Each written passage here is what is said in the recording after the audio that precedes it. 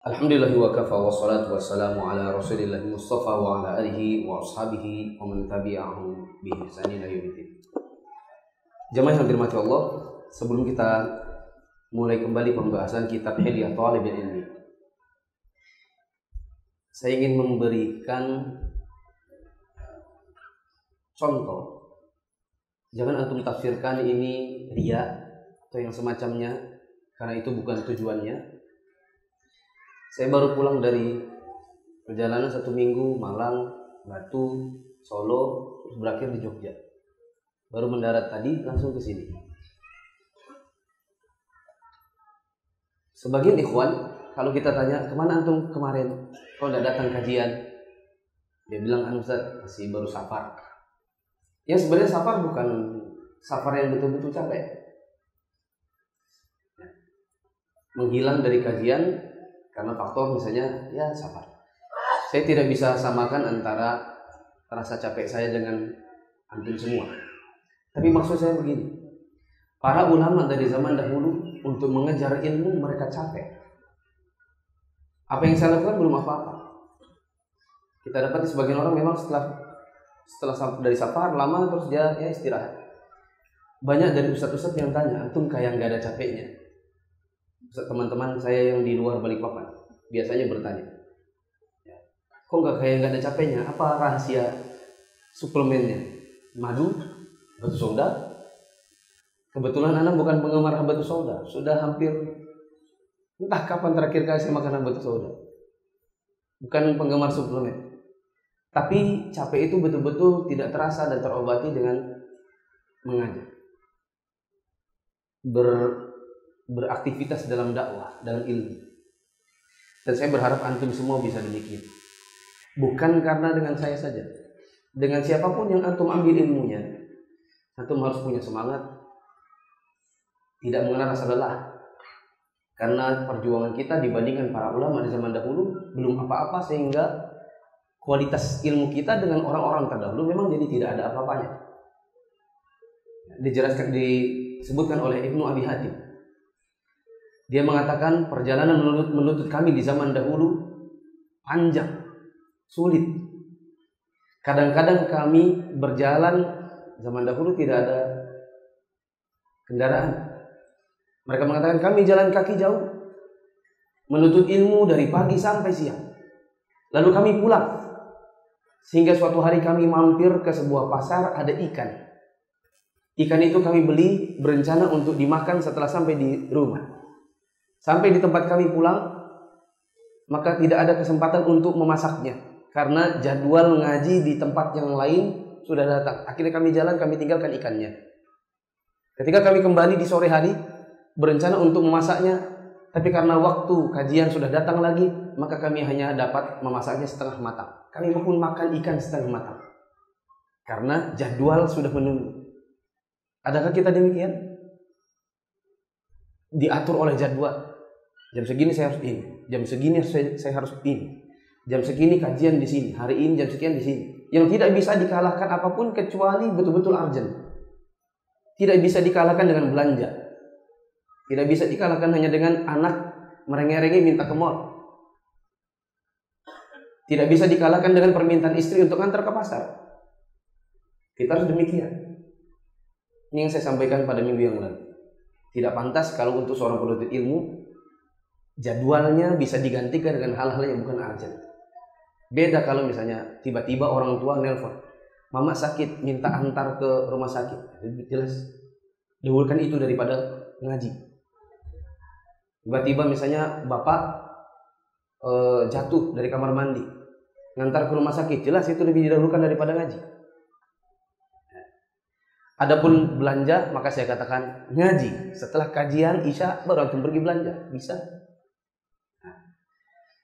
Demikian yang kita, orang-orang yang beraktivitas dalam dakwah demikian. Yang sebelum ini sudah sering, saya dari baru landing ngebut sendiri ke sini, kemudian ngisi kajian langsung, tidak pakai istirahat dulu. Dan saya berharap antum semua dalam soal ilmu bisa demikian. Semoga Allah memberikan tambahan ilmu. Pada pertemuan yang lalu kita mulai membahas pasal kedua, yaitu metodologi belajar. Saya ulang sedikit, bahwa di antara metodologi belajar, khususnya bagi yang baru ngaji, adalah berusaha untuk menghafal. Adapun di level kita di Balikpapan ini, kalaupun harus menghafal, nomor satu hafal Quran. Maka dahulukan hafal juz 30 dibandingkan misalnya menghafal matan usul salatah. Misalnya antum belajar kitab al-usul ats-tsalatsah sama sebagian ustaz. Disuruh menghafal dan antum tidak punya waktu untuk memilih apakah menghafal juz 30 atau usul salatah, maka saya katakan hafalkan Quran terlebih dahulu. Juz 30 lebih urgent, lebih penting untuk dihafalkan dibandingkan al-usul ats-tsalatsah. Hafalkan Al-Quran terlebih dahulu. Nanti kalau antum sudah hafal baru pindah kepada misalnya menghafal hadis-hadis yang pendek-pendek. Ini levelnya kita memang beda. Saya syarah dengan menyesuaikan keadaan antum semua. Mayoritas dari antum bekerja soalnya. Lebih urgent untuk menghafal juz 30 dibandingkan menghafal matan. Yang kedua, kalau sudah punya hafalan disetorkan. Jangan antum menghafal juz 30 tapi tak punya guru. Ngafal sendiri sampai juz 30. Tapi bacaan antum salah-salah. Harus cari gurunya untuk setoran. Siapapun yang antum yang bisa ketemu. Misalnya antum tinggal di BDI, berarti antum minta Ustaz Jihad. Kalau antum misalnya tinggal di Nasai, bisa minta kepada saya. Ustaz, saya mau setoran hafalan juz 30. Nggak bisa, tapi nggak bisa juga sekali duduk langsung saya dengerin juz 30. Mungkin cicil-cicil. Hari ini ketemu sholat subuh, antum setor 2 surat. Nanti 2 surat. Sampai antum hafal. Dengan hafalan yang didengar oleh guru. Karena sebagian dari antum saya tahu ada yang menghafal, tapi bacanya salah-salah. Saya pernah dengar, ada ikhwan, hafal juz 30. Suatu hari ada imam yang tidak bisa hadir, maka dia pun menggantikannya. Saya sholat di belakangnya, saya katakan bacaannya amburadul. Tapi hafal. Dan ini kesalahannya, terlanjur hafal dengan hafalan salah. Dan itu lebih sulit dibandingkan belum hafal, tapi nyambil kesetoran kepada ustaz. Karena kalau disetor belum hafal tapi sedikit-sedikit sambil nyetor, kalau ada salahnya bisa langsung dikoreksi. Tapi kalau hafal sendiri sampai selesai, baru ngoreksi dari belakang, satu berat, yang kedua bisa jadi enggan. Karena antum sudah merasa, aku sudah hafal. Ini salah. Wah. Jadinya enggan, malas daripada nanti salah semua, walaupun memang begitu. Maka mendingan sedikit-sedikit tapi di store, sehingga kalau ada kesalahan didetek lebih dini. Kalau ada penyakit itu kanker masih kanker kecil. Kalau ada tumor masih jinak. Dan sampai dia sudah merembet ke sana kemari, untuk berobatnya sudah malas. Yang ketiga, sibukkan diri dengan buku-buku kecil dulu. Jangan langsung yang tebal-tebal. Maka antum kalau baru ngaji, lihat-lihat kajiannya. Di situ kitabnya apa? Tipis-tipis. Apa itu? Ada penuntut ilmu, ikuti yang itu. Apa itu? Fikih sifat sholat Nabi, bukunya tipis. Ikuti itu. Tapi kalau sudah perbandingan mazhab, jangan dulu, nanti itu belakangan. Kitab-kitab yang tebal-tebal yang antum tidak bisa baca sendiri. Maksud saya, kitab tebal-tebal yang di dalamnya ada misalnya perbandingan dalil khilaf ulama dalam berbagai masalah. Maka ini di skip dulu. Belum waktunya kalau untuk orang baru belajar. Yang keempat, dicatat, karena setiap ilmu penting untuk dicatat. Siapa yang hanya mengandalkan hafalan, maka insya Allah dia tidak akan meraih ilmu, kecuali memang betul-betul dia kuat hafalan. Ada sebagian ulama di zaman dahulu, saya lupa namanya, dia bilang seumur umur dalam belajar saya belum pernah mencatat, karena tak satu pun omongan guru melainkan saya hafal. Nah, antum begitu enggak? Kalau enggak, jangan coba-coba nggak nyatat gitu. Yang keenam, fokus untuk berusaha meraih ilmu sedikit. Jangan sampai sekian lama kita belajar tapi stuck. Tidak dapat ilmu kecuali sedikit, tidak berkembang. Setahun, 2 tahun, 3 tahun ngaji seperti waktu baru ngaji. Mari kita lanjutkan di halaman 29. Bagaimana kalau seandainya ada orang mencampurkan ilmu agama dengan ilmu dunia misalnya? Atau di saat yang bersamaan dia belajar bahasa Arab sambil belajar fikih, sambil belajar akidah. Atau nyambi misalnya sambil hafal Quran, sambil hafal hadis. Dicampur begitu. Silakan dibaca. Ibnul Arabi Al-Maliki berpendapat, seorang pelajar jangan mencampur adukan dua bidang ilmu dalam belajar dan hendaknya ia mendahulukan belajar bahasa Arab, syair, dan matematika kemudian beralih kepada Al-Quran. Tetapi Ibnu Khaldun membantah pendapatnya ini serta menyatakan bahwa berbagai pengalaman tidak mendukung cara ini. Yang terlebih dahulu harus dilakukan justru mempelajari dan menghafal Al-Quranul Karim. Karena seorang anak biasanya lebih patuh ketika masih dalam pemeliharaan orang tua, sedangkan ketika dewasa ia akan sulit dipaksa. Ada sebagian ulama yang mengatakan, di antaranya Ibnul Arabi, dia mengatakan bahwa orang yang belajar agama jangan campur adukan ilmu. Yang perlu dia pelajari pertama bahasa Arab dulu, kemudian syair, kemudian matematika, ujungnya nanti baru hafal Quran. Tetapi sebagian ulama yang lain membantah perkataan itu, seperti Ibnu Khaldun. Dia katakan harusnya untuk orang baru belajar hafal Quran dulu. Tapi kalau antum jangan hafal Quran dulu, tajwid dulu. Bila belum bisa ngaji, jangan hafal sendiri. Kalau belum bagus bacaannya, jangan malu. Belajar tajwid. Meskipun nanti dari kelas yang kelasnya itu baru belajar huruf, tidak apa-apa. Itu lebih bagus daripada antum malu terus antum tidak bisa ngaji sama sekali. Nanti suatu hari antum safar mampir misalnya di Masjid Cengho, terus sesama musafir tunjuk-tunjukan, tentu yang akan ditunjuk antum sebagai imamnya karena jenggotnya paling panjang di antara yang ada di situ. Antum pakai songkok, kelihatan antum ini orang soleh. Nah, silakan Pak maju. Oh, enggak pak, bapak aja. Loh, jenggotnya panjang kok enggak mau. Maju. Setelah antum maju baru alhamdulillah, sudah menggetar suaranya, nggak enak didengar, hafalannya salah-salah lagi. Ya. Maka jangan malu, belajar tajwid, belajar Al-Quran, baru kemudian menghafal. Ya. Nanti setelah hafal Quran baru ke yang lain. Tapi bolehkah disambi? Jawabannya sangat boleh. Misalnya nyambi hafal Quran, antum ada jadwalnya. Subuh jadwal juz 30. Subuh esoknya jadwal antum setoran hafalannya. Antum kerja. Nanti malamnya antum misalnya kajian adab. Hari ini kajian fikih, besok kajian akidah. Dah itu aja, jangan banyak-banyak. Ya kalaupun mau dinyambi ke yang lain-lain, yang penting antum betul-betul kuat. Kalau antum betul-betul kuat, nggak masalah.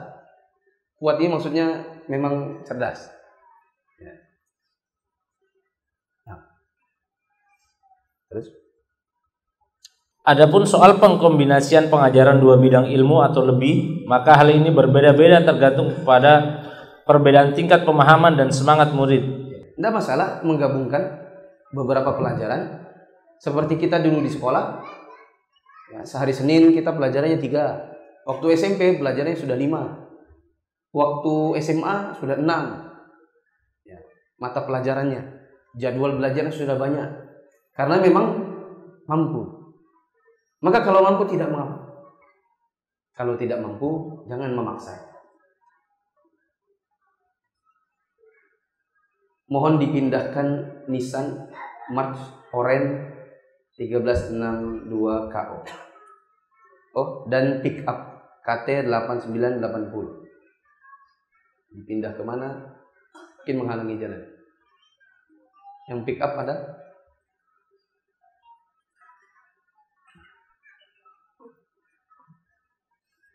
Terus? Sebagian ulama mengajarkan fikih Hanbali melalui kitab Zadul Mustaqni untuk pemula, Al-Mughni untuk tingkatan selanjutnya tentang perbedaan pendapat, kemudian Al-Mughni untuk perbedaan pendapat tingkat tinggi. Yang kedua tadi Al-Mughni. Terus?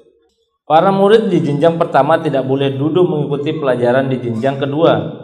Demikian seterusnya untuk menghindari kebingungan. Sebagian ulama di sini dicontohkan untuk mazhab Hambali Di mazhab Hambali, kalau dia baru ngaji, maka dia disuruh belajar kitab Zadul Mustaqni' yang ditulis oleh Syekh Muhammad Musa Ibnu Ahmad Al-Hajawi. Zadul Mustaqni' dulu karena cuma begini. Ya, misalnya kewajiban sholat. Misalnya membaca Al-Fatihah, takbiratul ihram. Ini. Enggak disebutkan dalil-dalil secara terperinci, apalagi disebutkan soal perbandingan. Ada khilaf ulama dalam masalah ini, ada yang mengatakan begini, mengatakan begini, masing-masing dalil. Enggak seperti itu. Itu di Zadul Mustaqni. Ketika nanti dia sudah mulai paham sedikit-sedikit, maka dia pun berpindah ke kitab Al-Muqni' yang di dalamnya ada perbedaan pendapat. Dalam masalah ini, sebagian ulama mengatakan begini dengan dalil, sebagian ulama mengatakan begitu dengan dalil. Nanti kalau sudah dia mulai mengetahui khilaf-khilaf ulama, baru kemudian ditambah perincian-perinciannya dalam kitab Al-Mughni dengan perbedaan pendapat tingkat lebih tinggi. Ini yang saya maksud. Antum kalau baru ikut pelajaran fikih, jangan dulu belajar misalnya Sahih Fikih Sunnah. Antum gak akan nyampe-nyampe, gak akan pinter-pinter. Ketika baru belajar, ikut kajian Sahih Fikih Sunnah. Itu buat ikhwan yang sudah mungkin ngaji 3 tahun, 4 tahun. Tapi kalau baru ngaji, membacanya atau belajarnya di Sahih Fikih Sunnah, mendengarkan perbedaan pendapat, antum gak pinter-pinter. Yang harusnya dilakukan adalah, kalau mau belajar sholat, misalnya sifat sholat Nabi Syekh Al-Albani dulu. Belajar itu tamatkan sampai habis. Baru kemudian mencari yang lain, yang lebih tinggi, yang ada perbedaan pendapatnya. Misalnya kitab Sholatul Mukmin. Kalau versi Indonesianya Ensiklopedi Sholat, Syekh Dr. Wahid As-Sa'id bin Wahab Al-Qahtani. Atau Fiqhul Muyassar. Baru naik. Jangan langsung kepada perbedaan pendapat ulama. Begitu, nanti insya Allah bingung soalnya kalau langsung kepada perbedaan pendapat. Adapun dalam mazhab Syafi'i misalnya, kalau belajar kitab mazhab Syafi'i untuk fikih, maka dimulai dengan matan Abu Syuja'. Ya, di antara ustadz-ustadz yang suka membahas matan Abu Syuja' ini, misalnya Ustadz Nadif. Ya. Beliau suka ngajar matan Abi Syuja'. Kalau di Hambali ada Zadul Mustaqni yang sangat dasar, maka kalau dalam Syafi'i ada matan Abi Syuja' atau Matnul Ghoyah atau Takrib, itu nama aslinya. Dikenal dengan matan Abu Syuja' karena penulisnya adalah Abi Syuja'. Ini juga saya ajarkan di kantor Indosat, tapi kalau di umum saya belum pernah ajar. Begitu. Belajar dari situ dulu. Tinggal nanti kalau ustadznya misalnya tawassu', belajar misalnya kitab Zadul Mustaqni atau belajar Al-Mughni, matan Abi Syuja'. Tapi ustaznya sudah mulai ke sana kemari. Tawassu' itu maksudnya melebar pembahasannya sampai kepada khilaf-khilaf, sampai mazhab Maliki mengatakan, Hambali mengatakan, Hanafi mengatakan, Syafi'i mengatakan. Terus gak ada tarjihnya, pasti antum bingung. Ya atau tidak? Misalnya saya bilang begini. Apakah hukumnya, gimana ya? Bagaimana yang harus dilakukan ketika ada orang datang menuju sholat jamaah, imamnya sedang ruku. Ketika dia mau ruku, dia ruku sama imam, tapi setelah itu imamnya bangkit, dia belum sempat Al-Fatihah. Apakah boleh dihitung 1 rakaat atau tidak boleh dihitung 1 rakaat? Terus saya menjelaskan, dalam mazhab Abu Hanifah mereka mengatakan gini. Dalam mazhab Malikiyah dia begini. Syafi'iyah mengatakan, adapun Imam Ahmad bin Hanbal berpendapat. Terus stop sampai di situ, pasti antum bertanya, terus yang benar yang mana, ya kan? Siapa tahu misalnya antum diajarkan suatu masalah, ustaznya bilang Maliki, Hanafi, Syafi'i ini, Maliki, Hanafi, Syafi'i ini, tapi tidak ditarjih. Minimal dia tidak mengatakan Nah, menurut saya lebih cenderung pendapat yang mengatakan itu nggak disebutkan. Antum bingung, maka antum protes sama ustadznya. Iya harus. Jangan diam-diam aja. Ada sebagian yang mengatakan, bagus ustadz itu. Gimana Pak bagusnya? Semua disebutkan, Maliki, Hanafi, Hambali, Syafi'i. Oh ya. Tanya yang lain, antum ikut kajian? Iya. Bagaimana? Bingung. Saya sudah bisa duga, pasti bingung karena nggak tahu yang mana yang lebih kuat di antara pendapat-pendapat itu. Maka kalau antum ngaji, terus model ustadznya begitu, antum harus protes. Jangan diam-diam, karena ini demi kepentingan antum juga. Termasuk apabila yang ngajar saya. Ada metodologi saya dalam mengajar yang bikin antum bingung, dan selalu begitu. Antum datang, bilang, Ustaz, sebenarnya saya itu selalu bingung kalau antum menjelaskan ini. Kenapa? Pokoknya antum itu kalau menjelaskan ini mesti bikin bingung. Kalau ada maka datang. Karena kita ngajar keinginan kita antum paham. Kalau ternyata kita ngajar antum nggak paham, kami nggak bermanfaat. Ilmu kita nggak bermanfaat. Dan antum juga duduk tapi pulang nggak paham, antum nggak bermanfaat berarti belajarnya. Duduknya nggak ada manfaatnya. Kecuali ya dapat pahala duduk, tapi ilmu tidak. Karena rupanya antara ustadz dengan ikhwan tidak nyambung. Nah kalau tidak ada kesambungan, jangan begini, aku nggak mau ngaji situ lagi, habisnya nggak nyambung. Bukan begitu, tapi antum datangi ustadznya, Ustadz terus terang, saya kalau ngaji pada antum, mesti kalau masalah-masalah yang seperti ini saya bingung. Kenapa? Dalam mazhab fikih antum sebutkan 4 mazhab fikih, tapi nggak tahu yang mana yang kuat. Begitu. Mohon pindah lagi. Pick up KT 8643 AT. Ada mobil mau keluar. Pick up 8643 AT.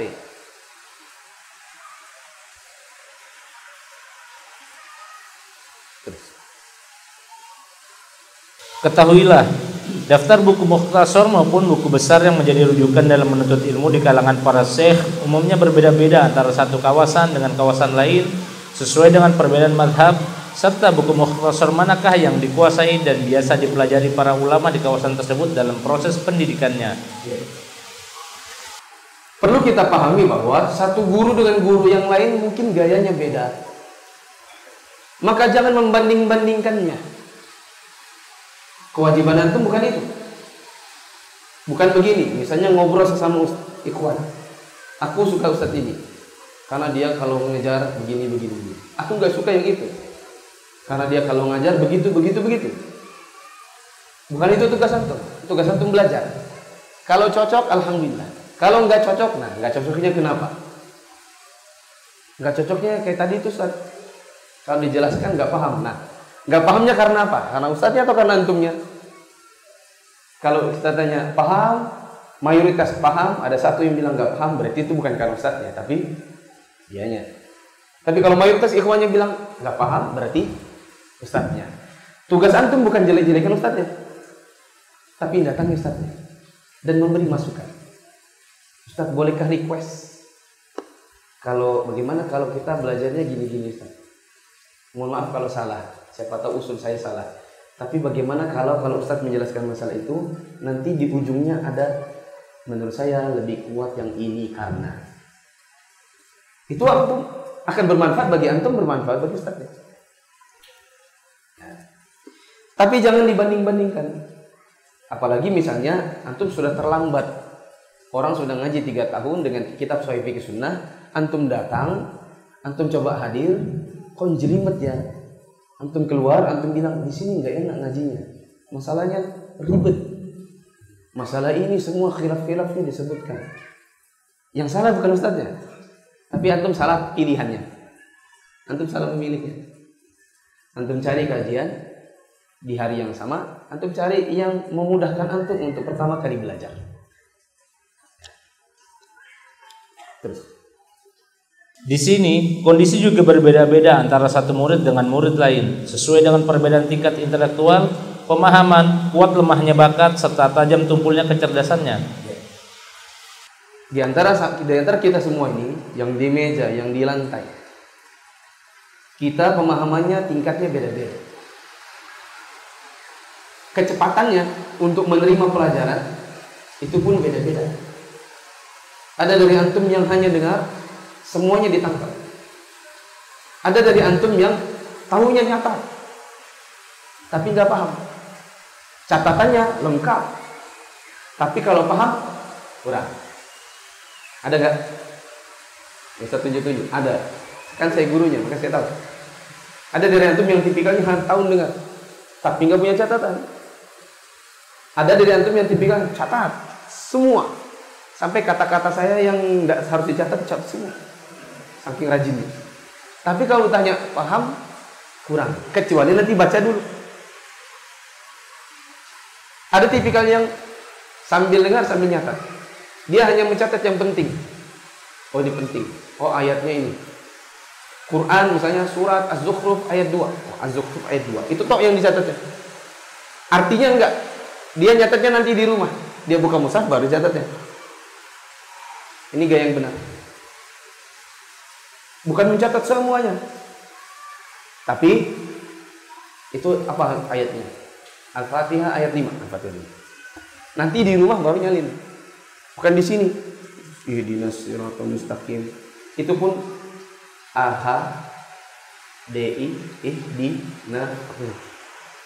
Atau artinya tok dicatat. Enggak usah itu. Catat ayat tok. Nanti di rumah baru nyalin ulang. Saya dulu belajar itu. Enggak pernah saya catat semuanya.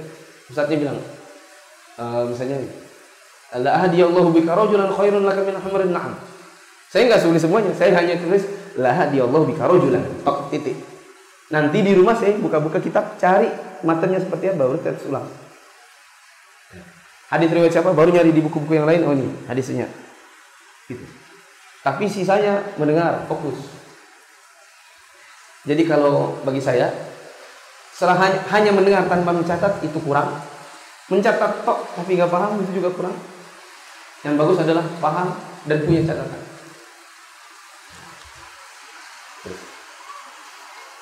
Di daerah kami belajar kepada para syekh di masjid setelah selesainya tingkatan katatib dan menghafal Al-Quran menempuh 3 tingkatan, yaitu pemula, menengah, dan pemantapan. Katatib itu artinya madrasah kecil buat hafal Quran. Ya ma'had tahfiz Quran lah. Di tempat penulis belajar dulu, Syekh Bakar bin Abi Zaid rahimahullah sudah wafat. Di zaman kecilnya beliau dulu, orang-orang di kampungnya sebelum duduk di kajian yang besar, kewajiban mereka mahat tahfiz dulu. Memang makanya bagus anak-anak kecil dimasukkan tahfiz dulu. Nanti setelah mereka hafal Quran total, baru kemudian pindah ke majelis-majelis. Ada yang pemula, ada yang menengah, ada yang tingkat lanjut. Seperti kita memang dulu di TPA masuk Iqra 1, 2, 3 gitu kan. Baru nanti ada kelas Qurannya, baru ada kelas hafalannya. Begitu. Terus. Dalam bidang tauhid, buku yang dipelajari adalah Thalathatul Usul wa Adillatuha, Al-Qawaidul Arba', Kashfus Syubhat, dan Kitabut Tauhid. Keempatnya merupakan tulisan Syekh Muhammad bin Abdul Wahhab rahimahullah. Ini menyangkut tauhid ibadah. Berikut ini disebutkan oleh penulisnya buku-buku yang merupakan buku-buku dasar. Ini penting bagi antum untuk saya sudah belajar ini belum ya?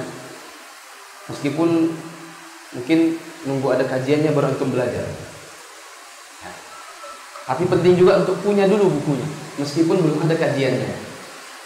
Di sini disebut misalnya Thalathatul Usul, yang kita lebih kenal dengan Al-Usul Thalatha. Antum bisa belajar ini dengan Ustaz Abdurrahman hari Ahad maghrib. Masih enggak? Sudah habis. Sudah habis. Berarti untuk ini insya Allah setelah Hilyah kajian ini apabila terus ada setelah Hilyah habis kita akan belajar Al-Usul Thalatha. Karena bukunya masih dicetak dan itu terjemahan saya sendiri. Kemarin sudah deal sama penerbit Pustaka Ibnu Umar. Insya Allah akan dicetak 3.000 buku. Kemudian Al-Qawaidul Arba' sudah tamat di sini.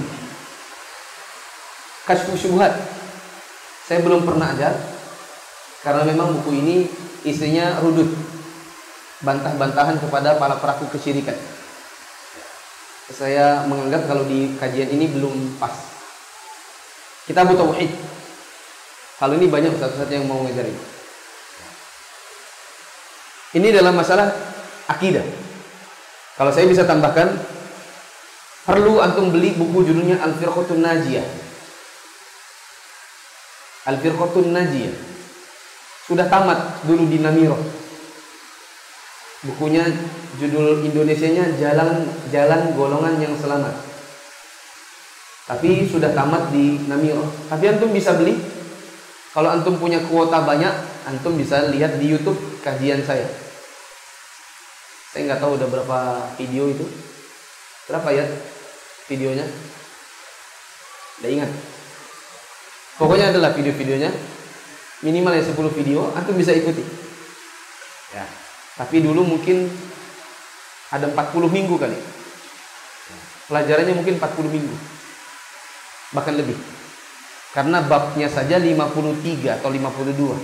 Satu bab 1 minggu. Ada yang satu bab 3 minggu. Berarti kajiannya panjang berarti ya. Itu bisa beli. Dan insya Allah kalaupun dibaca sendiri, insya Allah mudah.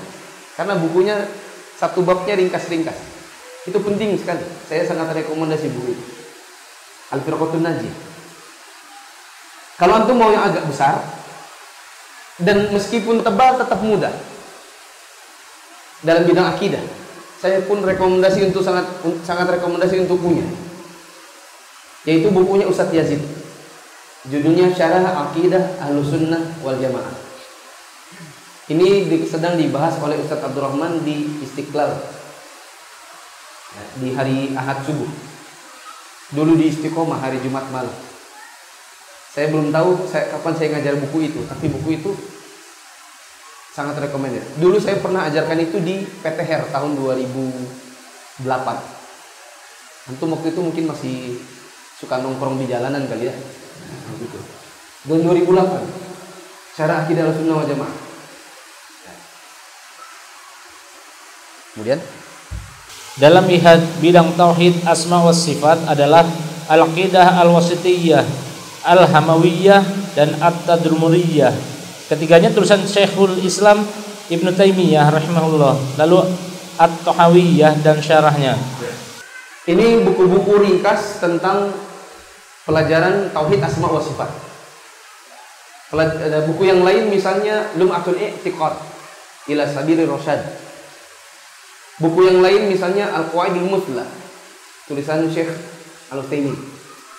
Hanya saja catatan saya, antum kalau lihat di Balikpapan jarang ada ustadz ngajar kitab ini. Kenapa? Pengajaran tauhid asma wa sifat memang tidak begitu mudah untuk orang baru ngaji. Ya. Meskipun bisa, tapi butuh effort, sangat butuh kemauan untuk ngaji. Karena kalau kita buka di majelis umum seperti di masjid ini, masjid komplek, orangnya datang bermacam-macam, kita ngajikan tauhid asma wa sifat, itu tidak begitu mudah untuk orang memahaminya. Meskipun dengan metode sebagus apapun, untuk level seperti kita yang tiap hari kerja hanya sisa-sisa baterai di kepala ini aja yang diberikan untuk bisa menyerap pelajaran. Karena tauhid asma wa sifat memang bukan pelajaran mudah. Makanya jarang ada ustadz yang bahas ini secara khusus. Tapi kalau bahas satu bahas buku akidah di dalamnya ada babnya, iya. Kita dulu belajar Al-Firqatun Najiyah di Masjid Namirah dulu. Ada bab tauhid asma wa sifat, tapi cuma satu bab dari sekian banyak bab. Kalau itu tidak ada masalah. Tapi kalau bab buku khusus hanya untuk itu, tidak begitu mudah. Tidak begitu mudah maksudnya untuk bisa diterima dengan mudah. Terus dalam bidang nahwu al-ajrumiyah, mulhatul i'rab al-hariri, qatrun nada Ibnu Hisham, Alfiyah Ibnu Malik beserta syarahnya yang ditulis oleh Ibnu Aqil. Kalau di sebagian ustadz-ustadz yang lain mengajarnya bukan dengan kitab-kitab ini, tapi misalnya dengan Al-Muyassar fi Ilmin Nahwi, bukunya orang Indonesia, Aceng Zakaria, ya, Ustadz Aceng Zakaria, atau Mukhtarat, ya, atau Mulaqqas, tapi ini harus berjenjang dulu. Ya, tapi sudah, kalau antum belum pernah belajar ini ya sudah, itu dulu ya. Antum belajar yang dasar-dasar dulu. Ya. Saya katakan jangan pernah ikut majelis bahasa Arab kalau ngaji belum bisa. Bukan untuk menjatuhkan semangat antum, tapi untuk mengarahkan antum. Antum harus betul-betul belajar di kelas tajwid dulu sebelum masuk ke kelas bahasa Arab. Ya. Kelas tajwid sampai Quran antum bacaan Quran antum lancar, baru antum ikut kelas bahasa Arab. Terus di bidang hadis Al-Arba'in Imam An-Nawawi, Umdatul Ahkam Al-Maqdisi, Bulughul Maram Ibnu Hajar, Al-Muntaqa Al-Majid Ibnu Taimiyah rahimahullah. Lalu berlanjut pada pembacaan 6 kitab induk dan lainnya. Kalau antum mau belajar hadis, misalnya ada kajian hadis, ya, kalau langsung syarah Sahih Bukhari antum nanti dulu, ya, belum levelnya. Antum ikut kajian Arba'in Nawawiyah dulu. Kalau yang berkenaan dengan fikih atau hukum-hukum, antum ikut Umdatul Ahkam dulu, sedikit-sedikit. Jangan langsung yang tinggi-tinggi. Ya, misalnya ya, syarah Jami' Shaghir. Anggaplah ada ustadz pulang dari Madinah buka kajian, baru dengerin namanya, kayaknya keren. Ngajar apa? Ngajar misalnya Fathul Bari. Belum, level antum belum sampai di situ. Pun nanti kita nasihatkan kepada ustadznya, antum baru pulang dari Madinah, baru lulus, jangan ngajar yang berat-berat, karena ini bukan pesantren. Ya. Ini masyarakat umum. Kalau masyarakat umum belajar dari dasar. Ya. An-Nawawi, Al-Arba'in Nawawiyah dulu, atau Riyadhus Shalihin, sedikit. Terus dalam bidang mustalah hadis Nukhbatul Fikar Ibnu Hajar dan Alfiyah Iraqi rahimahullah. Ya, ini kita skip saja karena Al-Muyassar juga belum tamat, maka jangan harap mau belajar mustalah hadis. Nanti itu mustalah hadis. Belajarnya bahasa Arab dulu. Jangan bahasa Arab dulu kalau belum ikut tahsin. Berapa tahsinnya kemarin? Antum kumpul? Ya, saya prediksi kemarin yang mau ikut kelas tahsin mungkin ada 40 orang. Lihat aja nanti tunggu 3 bulan, paling nanti jadi berapa? Tapi semoga enggak. Tapi ya biasanya gitu. Ya hangat-hangat pisang goreng. Pertamanya kurang ya. Setelah itu nanti lama-lama hilang. Terus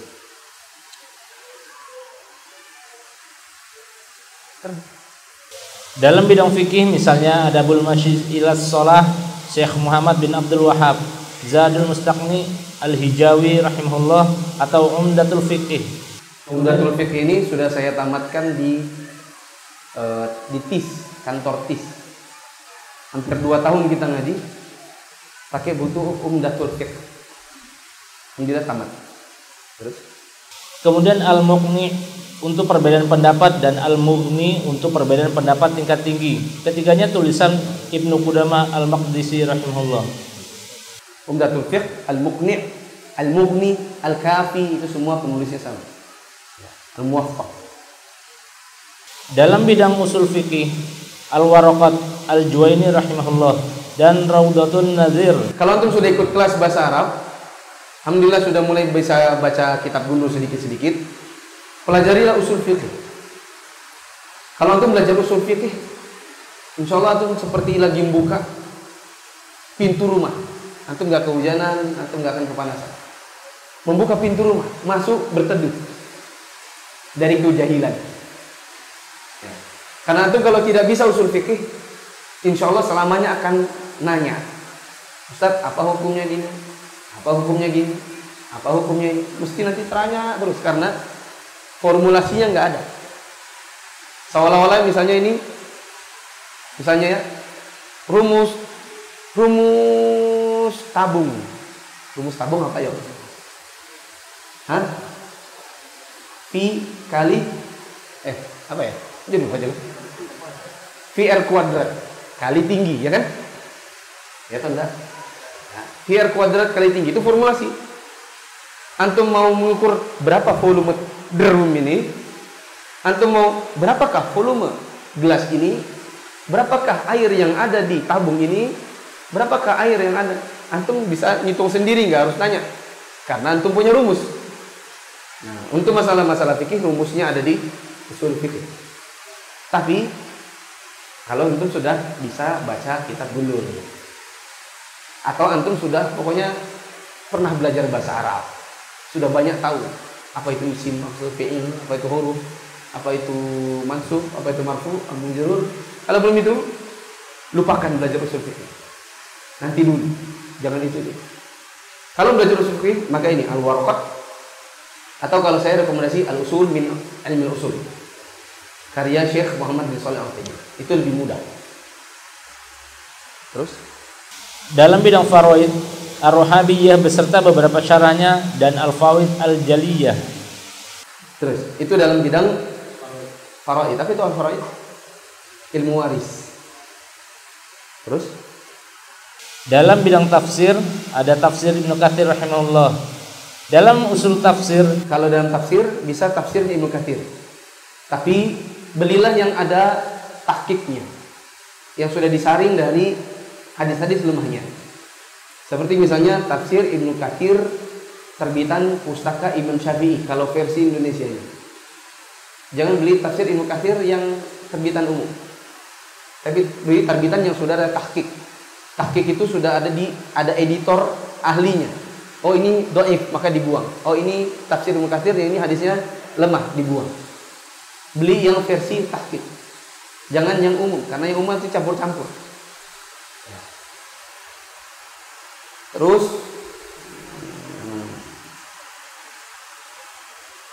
saya balik dulu sedikit.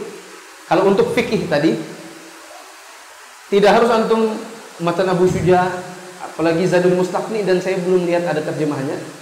Kalau antum mau belajar, misalnya pakai Al-Wajiz fil Fiqh. Kalau Al-Wajiz saya masih sedang membahas, masih baru sampai di bab sholat di bandara hari Senin zuhur. Tapi mungkin antum kerja, antum cari ustaz siapa mengajar Al-Wajiz atau Fiqhul Muyassar, fikih ringkas. Nah, meskipun tebal tapi ringkas-ringkas. Tinggal nyari gurunya siapa. Itu ya. Atau Mulaqqas Fiqih, ringkasan fikih. Meskipun tebal tapi insya Allah ringkas-ringkas. Ya. Tidak terlalu banyak perbedaan pendapat. Ada sedikit-sedikit saja, tapi mudah untuk dipahami untuk orang yang baru ngaji. Ini saya ajarkan di hari Ahad subuh. Di mana saya ngajarnya? Di Nasai. Hari Ahad subuh. Bagi orang yang baru ngaji bisa ikuti. Nah, terus dalam usul tafsir Al-Muqaddimah Syekhul Islam Ibnu Taimiyah rahimahullah. Untuk usul tafsir bisa pakai Al-Muqaddimah Ibnu Taimiyah. Kalau versi yang lebih mudah mungkin yaitu Al-Muqaddimah fi ilmi usul tafsir atau Al-Muqaddimah fi usul tafsir karya Syekh Utsaimin. Tapi maaf, usul tafsir antum pelajari nanti kalau sudah bisa bahasa Arab. Ya. Karena nanti ada nasikh, mansukh, ada mutlak, muqayyad. Apa semua itu? Soalnya belum belajar bahasa Arabnya gimana? Ya. Nah. Dalam sirah nabawiyah, logika sedikit. Misalnya antum mau belajar bahasa Inggris, antum harus belajar what's your name, itu dulu kan? How are you? How do you do? I'm fine, thank you. Itu dulu. Ya tuh, nah. Jangan langsung present, past tense, simple, continuous past tense. Apa semua itu? Antum nggak akan bisa, karena terlalu meloncat ke yang bukan bidang antum. Ya, belajarnya mendasar dulu. Ini sekali lagi ya, bukan untuk menjatuhkan semangat, tapi untuk mengarahkan supaya antum nggak salah arah. Masih 2 menit. Terus Dalam Sirah Nabawiyah, Mukhtasar Sirah Rasul Syekh Muhammad bin Abdul Wahhab, As-Sirah An-Nabawiyah Ibnu Hisham, dan Zadul Ma'ad Ibnu Qayyim Al-Jauziyah. kalau saya rekomendasi juga Al-Wahiqil Maktum, tulisan Syekh Sofi Rahman Al-Mubarak. Versi Indonesianya Perjalanan Hidup Rasulullah yang Agung. Terus Dalam bahasa Arab kami mempelajari syair seperti Al-Mu'allaqat Asy-Syab dan membaca Al-Qamus dari Fairuz Abadi rahimahullah. Demikianlah beberapa tingkatan belajar dalam berbagai bidang ilmu. Nah, kita udah sampai mana nih? Akul Arba'ah sudah tamat belum? Alhamdulillah tamat ya. Terus Al-Qur'anul Najiyah sudah tamat belum? Hah? Oh, baru ngaji? Baru ya? Jadi apa yang sudah tamat? Sejak memilih menikah? Nah, itu perlu diperhatikan. Saya sudah tamat apa? Tapi yang lebih terpenting adalah belajar kontinu. Meskipun antum dapat sedikit,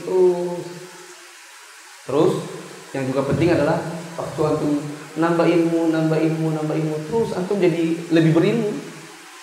Jangan sombong. Ya. Pak Ustadz itu nggak ada apa-apa. Ustadz itu baru kemarin sore. Padahal antum yang baru tamat berapa bulan. Ya. Ada ikhwan, wallahi, ana dibilangnya begitu. Tapi bukan karena ana yang diomongin, tapi saya tahu dia baru belajar pada saya pertama kali. Bermasalah dia muamalah, utang piutang tak selesai-selesai, pindahlah dia ngaji ke tempat yang lain. Ada ikhwan yang tanya, antum kok nggak lama nggak kelihatan di kajian Ustadz Mufli? Ustadz Mufli itu soalnya baru kemarin sore. Sampai di sini. Tapi saya tahu orangnya baru ngaji sama saya pertama kali. Itu ya, ngaji, hilang dia. Kacang lupa sama apa? Sama bungkus tuh. Bukan karena saya ya, tapi kalau itu saya dengar ada ustadz yang digitukan juga, saya kenal, saya datang. Nggak pantas. Jangan bilang baru sedikit ilmu, kemudian menjelekkan orang yang jauh di atas antum. Apalagi orang yang pertama kali antum timba ilmunya dia. Terus. Para penuntut ilmu Sudah waktu isya. Setelah azan kita lanjutkan sedikit. Penulis berkata, para penuntut ilmu juga membaca secara cepat kitab-kitab tebal seperti kitab tarikh dan tafsir yang ditulis oleh Ibnu Jarir dan Ibnu Katsir. Mereka juga fokus mengkaji buku-buku karya Syekhul Islam Ibnu Taimiyah dan muridnya Ibnu Qayyim Al-Jauziyah rahimahullahu taala. Juga buku dan fatwa para ulama pemuka dakwah di bidang akidah. Ya, kalau para ulama di zaman dahulu mereka banyak membaca kitab-kitab Syekhul Islam Ibnu Taimiyah. Kalau di level kita mungkin tidak seperti itu. Kalau di kita mungkin bisa banyak membaca kitab-kitabnya Syekh Utsaimin. Semoga ya banyak yang terjemahan. Baca buku-bukunya Syekh Utsaimin. Kemarin di daurah para asatidzah, Syekh Ali Hasan Al-Halabi mengatakan begitu. Sebenarnya buku-buku Syekh Utsaimin itu bukan ditulis tangan, tapi ceramah, omongan, lalu diketik ulang oleh murid-muridnya. Jadilah dia manuskrip dari ceramahnya. Tapi kita kalau baca bukunya, itu kayak lagi baca buku yang memang ditulis ketik. Saya kalau nulis ketik, sudah jadi, baca ulang, oh ini salah tempat nih, ini bagusnya taruh di atas, ini taruh di bawah, ini bagusnya gini. Di edit, direvisi letak-letaknya, biar bahasanya runtut-runtut enak dibaca. Syekh Utsaimin itu cuma omongan ceramah di manuskrip. Tapi kita kalau baca, itu runtut kayak orang lagi ngetik.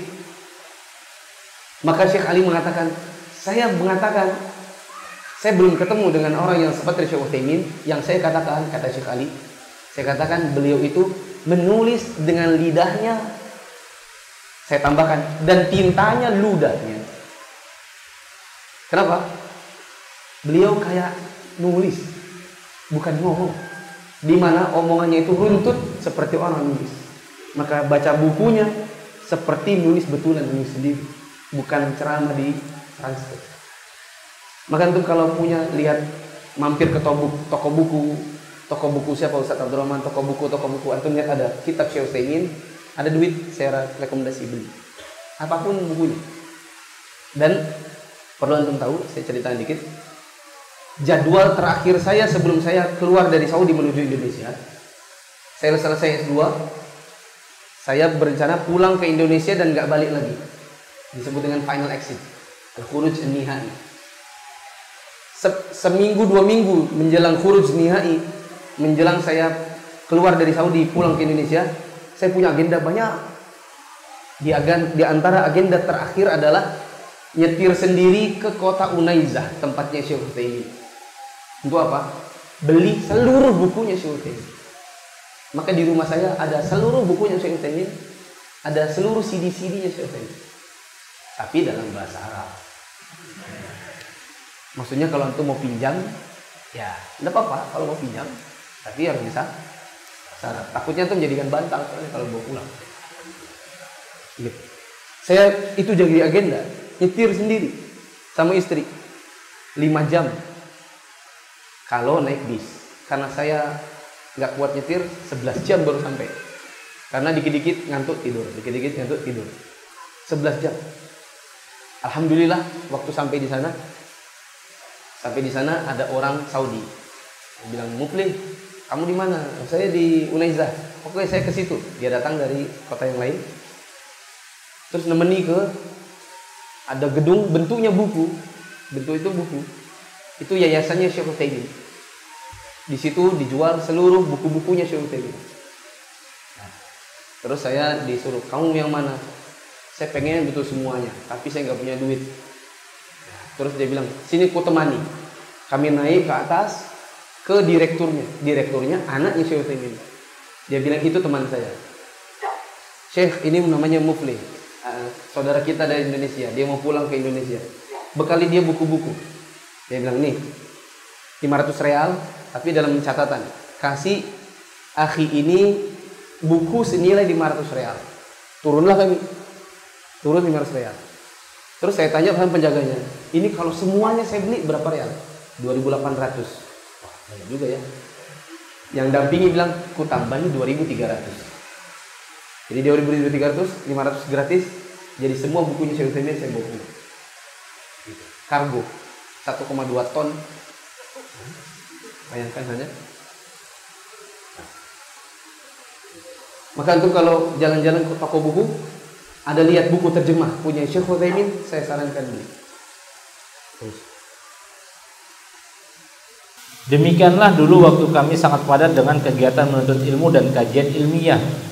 Kegiatan dimulai usai sholat subuh hingga pertengahan siang. Qailullah atau tidur siang dilaksanakan menjelang sholat zuhur. Usai pelaksanaan sholat 5 waktu selalu diadakan kajian. Para penuntut ilmu menjalani kegiatan dengan sikap penuh sopan santun, hormat dan percaya diri dari guru dan murid dengan metode para salafus saleh rahimahullahu ta'ala. Ya, stop dulu. Waktu sudah tinggal 3 menit. Kalau saya syarah nggak dapat faedah kecuali sedikit. Kita skip saja. Insya Allah dilanjutkan pada hari Ahad yang akan datang.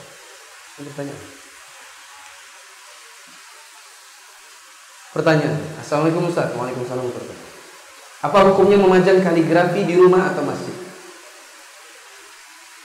Biasanya orang kalau memajang kaligrafi di rumahnya, itu tujuannya kurang lebih ada 2. 1, perhiasan. 2, jimat. Kalau jimat maka syirik. Maka ini bisa menghapuskan amalan. Apalagi kalau berpendapat kaligrafi inilah yang menyelamatkan rumah ini. Kaligrafi ini kalau dia nggak ada, maka rumah ini waktu gempa kemarin hancur. Tapi karena akar kaligrafinya, makanya rumah kita nggak hancur. Kalau itu keyakinannya, maka ini syirik akbar. Ya. Tapi kalau ini ya buat menyelamatkan kita, yang menyelamatkan Allah, tapi inilah bendanya, wasilahnya, perantaranya, maka ini syirik kecil. Perbedaan syirik besar, syirik kecil sudah kita bahas berkali-kali ya. Adapun kalau jadi perhiasan, maka saya katakan Al-Quran bukan untuk jadi perhiasan. Al-Quran itu tuntunan untuk dibaca, untuk dipelajari, dipahami maknanya, dicari kandungan ilmu, bukan untuk perhiasan. Maka kalau antum punya kaligrafi di rumah, misalnya isinya ayat kursi atau kaligrafi Yasin atau Al-Fatihah, maka saya katakan ini menyelisih sunnah dan tidak pantas menjadikan Al-Quran sebagai perhiasan. Dia bukan untuk itu. Kalau antum ingin punya perhiasan, hiasan bentuknya kaligrafi atau apa, maka saya katakan kaligrafi hadis saja, atau kaligrafi kata-kata yang baik dalam bahasa Arab. Misalnya apa ya? Apa? Manjadda wajada, boleh tak? Manjadda wajada. Barang siapa yang bersungguh-sungguh akan sukses. Kaligrafi seperti itu nggak masalah. Atau hadis. Ya. Man kana yu'minu billahi wal yawmil akhir falyakul khairan aw liyasmut. Siapa yang beriman kepada Allah dan hari akhir, maka berkatalah yang baik atau diam. Hadis riwayat Anu dijadikan kaligrafi sebagai hiasan di rumah untuk senantiasa mengingatkan, insyaallah boleh. Tapi kalau Al-Quran jangan. Kalau sudah terlanjur, bawa ke gudang, antum pajang tapi terbalik hadap jinjing. Sayang Ustaz. Bagaimana? Ya, tapi masalahnya bukan bukan itu Al-Quran itu. Bukan untuk jadi perhiasan. Kalau mau cari perhiasan yang lain, bisa antum perhiasan misalnya poster Ka'bah. Supaya antum ada niatan atau semangat mau misalnya pengen umroh. Kalau itu tidak mengapa. Tapi kalau untuk Al-Quran, maka jangan. Banyak para ulama yang melarang. Subhanakallahumma wa bihamdika asyhadu an la ilaha illa anta astaghfiruka wa atubu ilaik. Assalamualaikum warahmatullahi wabarakatuh.